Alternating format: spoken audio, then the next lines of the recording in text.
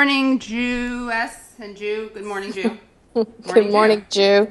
It's Heather Gold in the West Coast, fully clothed because I'm on girlfriend family vacation in Carlsbad, California. So I'm wearing lumberjack clothing in honor of Alice Munro winning the Nobel Prize day. Yay. This is like the Hurrah. greatest day for Canada since, I don't know, we won the Olympics in hockey. Yeah, I'm Katie Halper in New York City, and I'm wearing a bathrobe to celebrate how tired I am. Oh, sorry to hear that.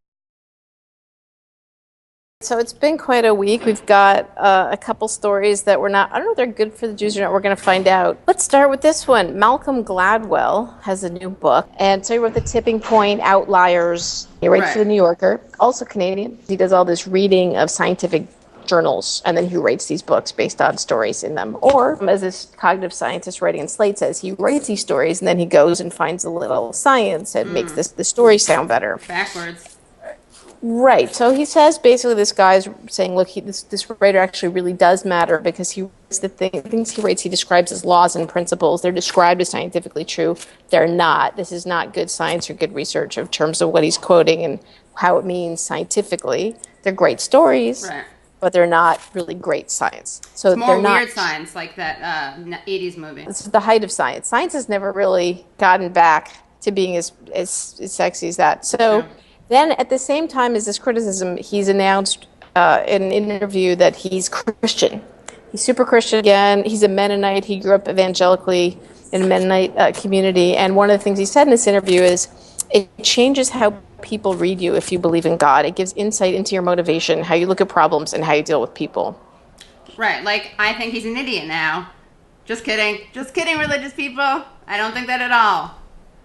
Just kidding. Well, I thought it was interesting because of this whole story versus science first question and how much religion plays into that. Like, if you see everything as this magical wonderland of interlocking majesty because of godness, and then you would see everything that way, is science all just there to back up your feelings? And, so this guy in this article is saying he's no different than the people writing The Secret or The Law of Attraction.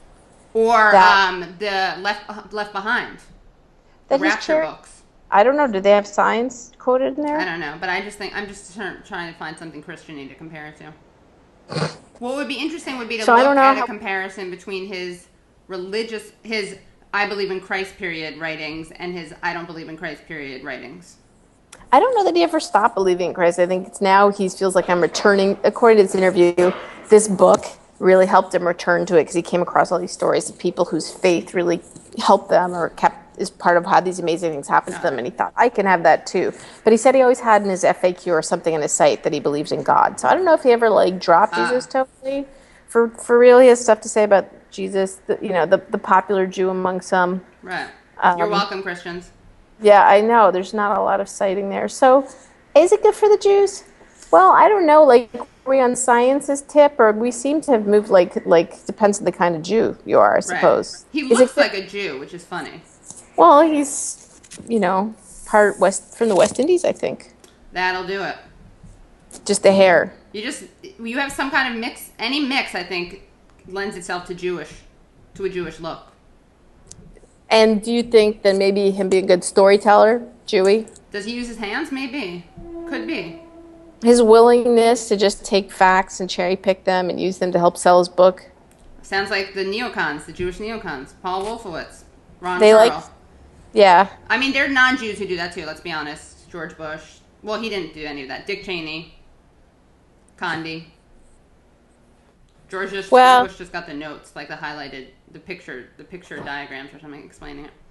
I'm going to say we would like facts, so I don't know that Gladwell is good for the Jews anymore. I mean, no, but he is good because he's not a Jew. So he gets to go on the other team. We're not associated with him. And so the more he's affiliated with Christianity, the better it is for us if we don't like him. His anti-factism gets thrown out into that Christian area. It doesn't reflect poorly on us. His anti-factism gets thrown into the Christian area? Yeah. I just like that sentence, even though I don't know what it means. It's going to be the name of my memoirs. I love it. So the next story, where do Ashkenazi Jews come from? This was really depressing. Oh, sorry. Yeah. Not spoiler alert. I think it's bad for the Jews, but I it's think bad it's for bad this Jew. for, It's bad bad for for me. Jews.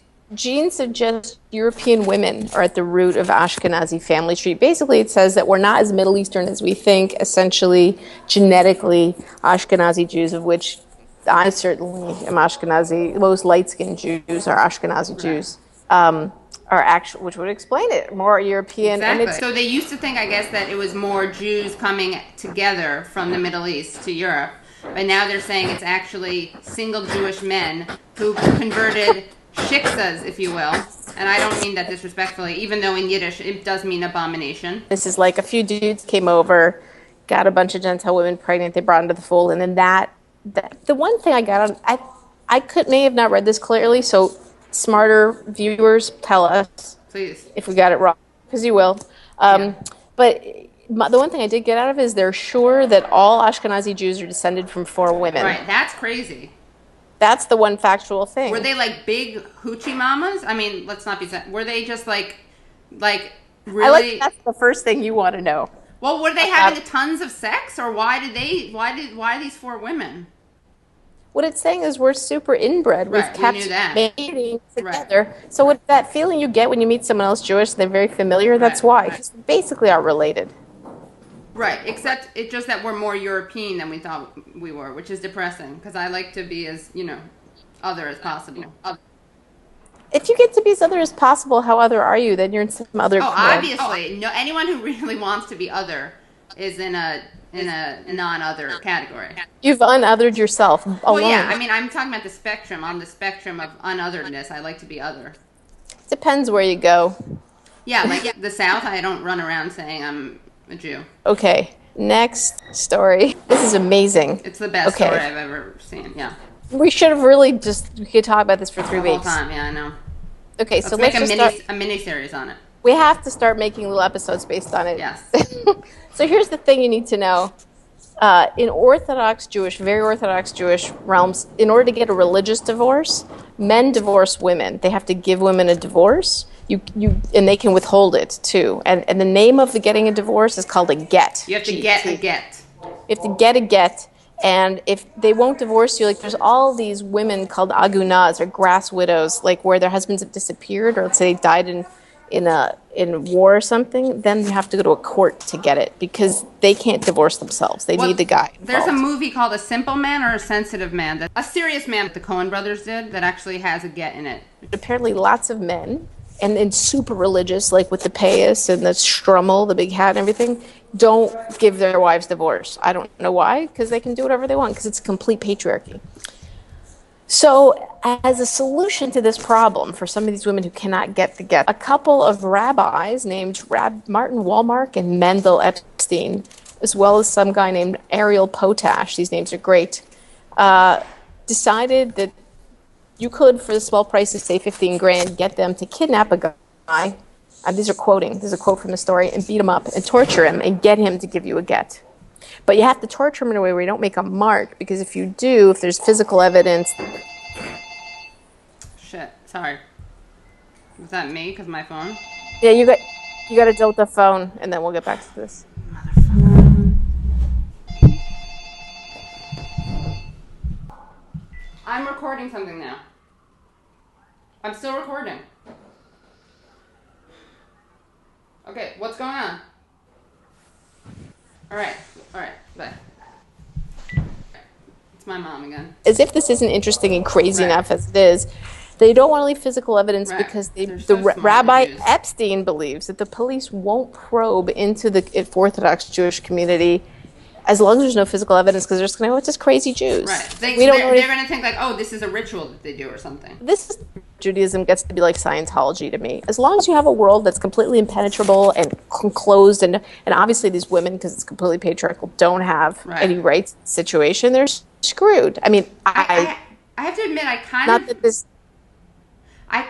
of like the kidnapping. I felt terrible, but I was like, yeah, like there was something feminist and liberating about it within the context of a totally patriarchal religion or sect of a religion. But I was like, good, these rabbis are like not letting these men totally, ovary block, egg block, ova block, whatever, their wives. I mean, I like I don't like torture personally, but what kind of guy is not going to give his wife a get?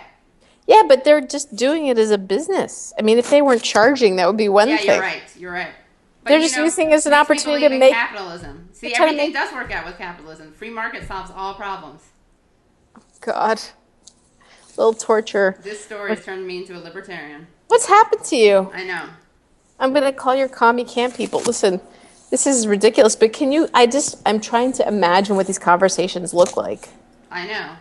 Like, what did they say to them? You just need to give her a get already. It's in Yiddish. Listen, Shmuel. Shmuel. Oh my God, but the best part about the article is that the name of the strong men that they use. Ariel and Yaakov. That's amazing. Because if you're going to get strong arm. Can you imagine? Be like, you got to give her a get or you're going to have to deal with Ariel and Yaakov over here. Hi, Yaakov, I'm here. Listen, Shmuel, you're gonna give her a get. Stop being a putz. I'm gonna make you eat schmaltz for 4 really days. Funny. From between my fingers. I'm gonna sink you in schmaltz. Like instead of wet concrete, they sink them in schmaltz. Like carbonate, like Han Solo. Yeah, You're exactly. just gonna be frozen with the hat. The hat stuck partway through. So this is terrible. And the payas maybe will stick out. This is both good for the Jews and terrible for the Jews. Terrible for the Jews because torture, seriously, that's what it's come to. Right. Someone's trying to make a business torturing other people, never mind other Jews. Terrible because these men aren't giving these women gets. Terrible because it's kind of what enclosed patriarchal little cults do. And good because this story is unbelievably great. I know. It's going to put us on the map again. We're getting on the map. We are. We're gonna have to make something out of this. Okay, to sum up this week, Malcolm Gladwell's a Mennonite again and super Christian and writing kind of books that aren't so scientific, passed off as science. Good for the Jews, turns out, according to Katie, because he's one of them. He's over there in the Goy category, so we're off the hook. Next story, summarize where do Jews come from, and this is Katie. I think bad. Because it also makes the Middle East peace process look less hopeful because now we don't have as much, we were all the same thing. I'm worried. Okay. Worries me. Jews, yeah, well, Ashkenazi Jews got whiter in one day, or for the moment. And crazy Ariel and Yaakov are coming to put you in a schmaltz carbonite torture cell to get a get for your wife. Both good and bad for the Jews, and more to come. Mordecai. All right. I'll talk to you soon. All right. Bye, Jew.